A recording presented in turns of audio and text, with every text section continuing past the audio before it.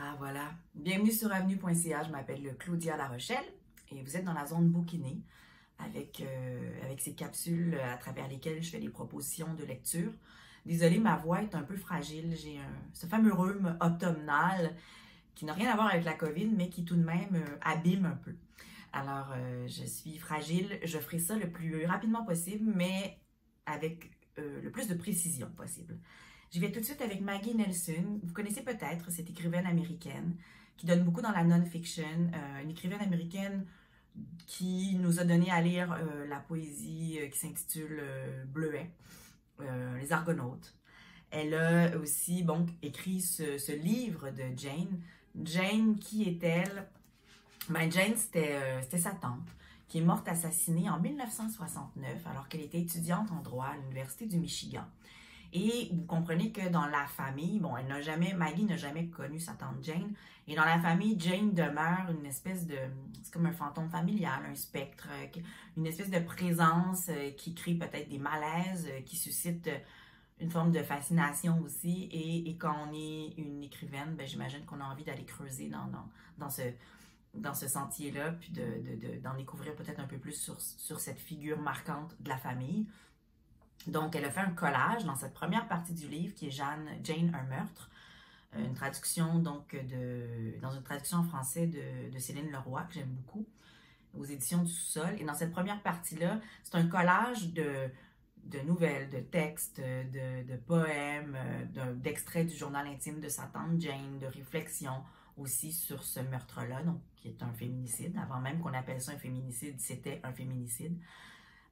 Une étonnante proposition, mais passionnante. Je vous en parle, mais bien que, chronologie des événements, voyez-vous, je vous en parle bien que ce ne soit pas une nouveauté, parce que c'est paru déjà il y a quelques années en langue originale en anglaise, mais on l'a sous cette forme-là, donc le livre de Jane, finalement, sous cette forme-là, on l'a depuis, en français, aux éditions du Sous-sol, depuis le printemps, puis j'avais pas eu le temps de vous en parler, mais il restait toujours sur ma table de chevet, puis j'avais vraiment envie. C'est un des livres les plus précieux que je possède, donc je suis très contente de vous en faire part aujourd'hui.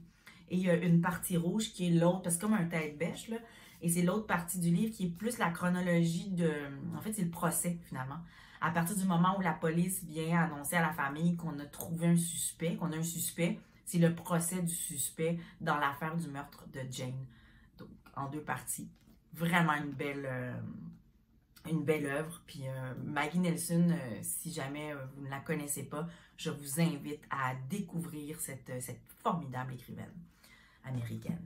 Ici, ben, on est du côté de la France avec Justine Lévy, écrivaine française, fille de Bernard-Henri Lévy, qui a fait beaucoup dans l'autofiction. Peut-être avez-vous déjà lu d'elle Rien de grave ou La Gaîté. Elle a beaucoup travaillé sur les rapports mère-fille, sur la filiation, sur la folie.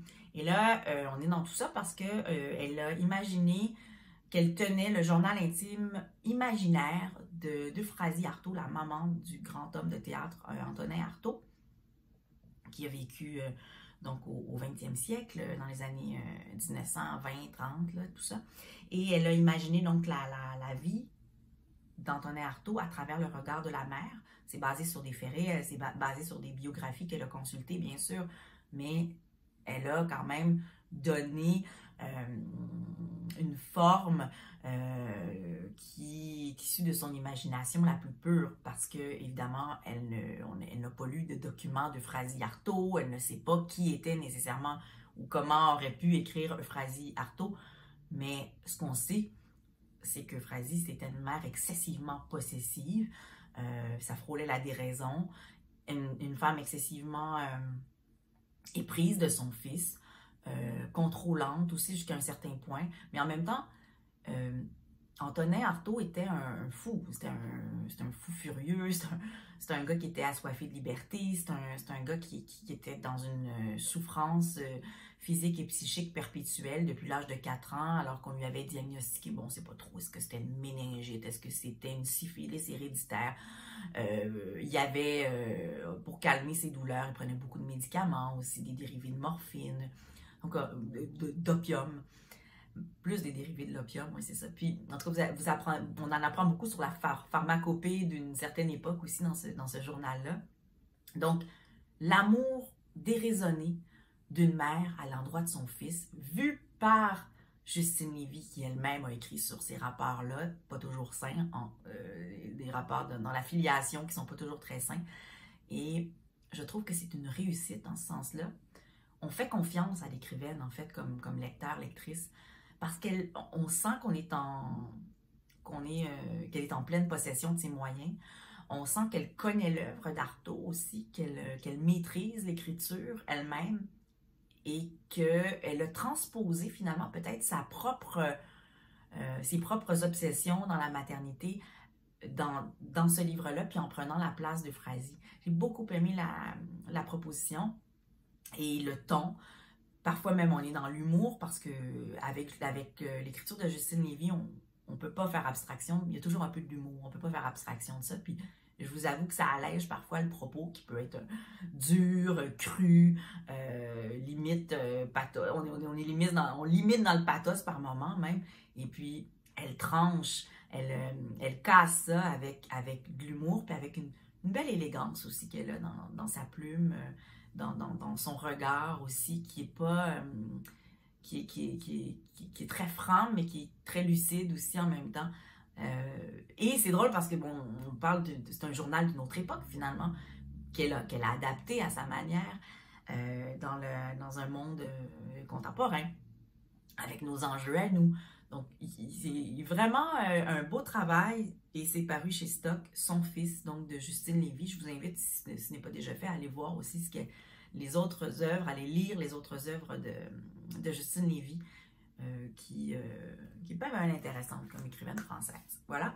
Et pour vos petits, ma voix est en train de craquer complètement. Pour vos petits, je vous propose Quand le Père Noël était petit. Justement, c'est le Père Noël quand il était petit. Alors cette fois-ci, on a imaginé la vie du Père Noël quand c'était un gamin, avec beaucoup d'humour, de poésie, de douceur. C'est Linda Bailey et Geneviève Godbout. Regardez les belles illustrations de Geneviève Godbout. Qu'est-ce que je vous montre là? Ah oui, la grosse bédaine du Père Noël. Parce que déjà, le Père Noël, quand il était petit, il avait un gros bedon. On apprend tout ça. Et c'est paru chez Scholastique. Peut-être avez-vous déjà vu ce titre-là. C'est normal, parce qu'il est paru il y a quelques années dans le format album. Et là, ils l'ont refait en tout carton. Puis moi, j'aime vraiment les tout cartons, parce que c'est des livres dans lesquels on peut croquer. Voilà, je vous embrasse, bien sûr de loin, pour ne pas attraper mon vilain rhume. J'espère que vous vous portez bien de votre côté. Je vous souhaite de faire de belles lectures. Venez lire mes collègues sur avenue.ca. Ils sont super intéressants. Très doués aussi, je dois dire. Je suis très, très fière de travailler pour ce média-là. Alors voilà, on se retrouve très, très vite avec d'autres suggestions de lecture. Ouf, je vais aller me recoucher. Au revoir.